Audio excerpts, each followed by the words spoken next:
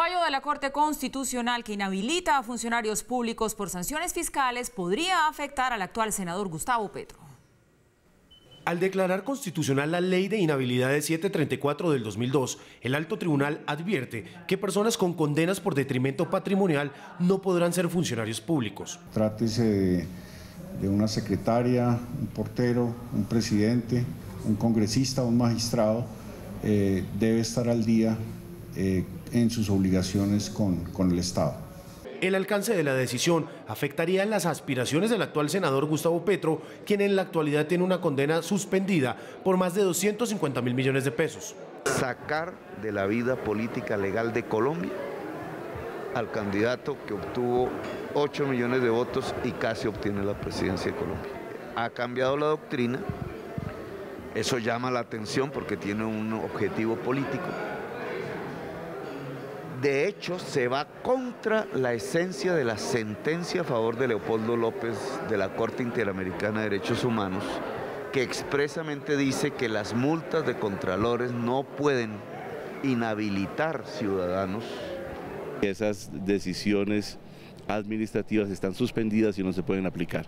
Sin embargo, la norma declarada exequible por la Corte Constitucional no afecta la curul que actualmente Petro ocupa en el Senado. Los actos administrativos que no están produciendo efectos jurídicos o porque tienen suspensión provisional o porque tienen o fueron objeto de nulidad o de revocatoria directa, pues definitivamente no son actos exigibles. Ante esta decisión de constitucionalidad, solo queda que se ratifique o tumbe la sanción que la Contraloría impuso contra Gustavo Petro como consecuencia de la disminución en el precio del pasaje de Transmilenio que tomó como alcalde de Bogotá. Bueno, esta polémica está interesante, Mauricio, porque la Corte Constitucional se pronuncia y ante este pronunciamiento, que dicho sea de paso es una ratificación de algo que ya había, pues vemos que uno de los políticos que resultarían muy afectados es Gustavo Petro y alrededor de esto hay varias cosas. Una de ellas, pues no podría lanzarse a las elecciones presidenciales, que todos sabemos es su ambición, a no ser que pagara la módica suma de 270.000 millones de pesos, que es la multa que tiene pendiente, que ya estoy segura que usted nos va a recordar por qué es, y pues eso es mucha plata. Pero la segunda cosa, que es donde creo yo que está la bolita, es lo que alega la defensa del doctor Petro, que dicen que estas multas están suspendidas justamente porque están demandadas, entonces no se pueden aplicar y por tanto él no estaría inhabilitado. Entonces, ¿qué? ¿Inhabilitado o no inhabilitado? Vea, Paula, esto se juega en tres tableros distintos, además con una figura tan polémica como es Gustavo Petro, que tiene inmensa cantidad de seguidores, tiene inmensa cantidad de detractores, y vamos a tratar de dar un paso atrás y despojarnos de las camisetas que hay de por medio entre seguidores y detractores. Primer tablero, el tablero de la multa. Usted bien decía, 270.000, más de 200.000 millones de pesos, pues que eso no lo paga nadie en su vida. Se lo puso la Contraloría de Bogotá y le puso esa multa por haber reducido la tarifa de Transmilenio en las horas valle, en las horas que no son horas pico, en las de menor congestión, con el argumento de que con esa reducción había un detrimento patrimonial. Esa fue la sanción de la Contraloría. Fue demandada esa sanción y el Tribunal de Cundinamarca dijo: no está tan claro que esa decisión se pueda mantener en firme, de manera cautelar, es decir, de manera provisional, se suspende esa multa y esa suspensión de la multa termina haciendo que no esté por el momento obligado a pagar hasta que se falle de fondo, hasta que se investigue de fondo y se falle de fondo. El argumento, por supuesto, de la defensa es que esa es una política pública y que como política pública no hay de por medio una decisión individual y que la política pública no puede ser demandada, etcétera, etcétera. Bueno, primer tablero, está congelada esa multa. Segundo tablero, el que nos ocupa hoy.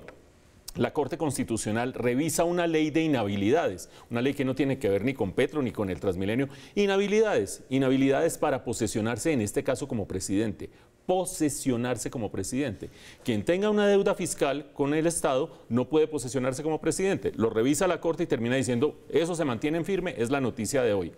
Entra en conflicto, dice Gustavo Petro y dice su defensa, con decisiones de la Corte Interamericana de Derechos Humanos, Washington, la OEA, etcétera, etcétera, que termina fallando en el caso de Leopoldo López diciendo: usted no puede por cuenta de una deuda quitarle derechos políticos, una deuda fiscal, derechos políticos a una persona. Y un derecho político es lanzarse, ser elegido y posesionarse como para el cargo para el que haya sido elegido.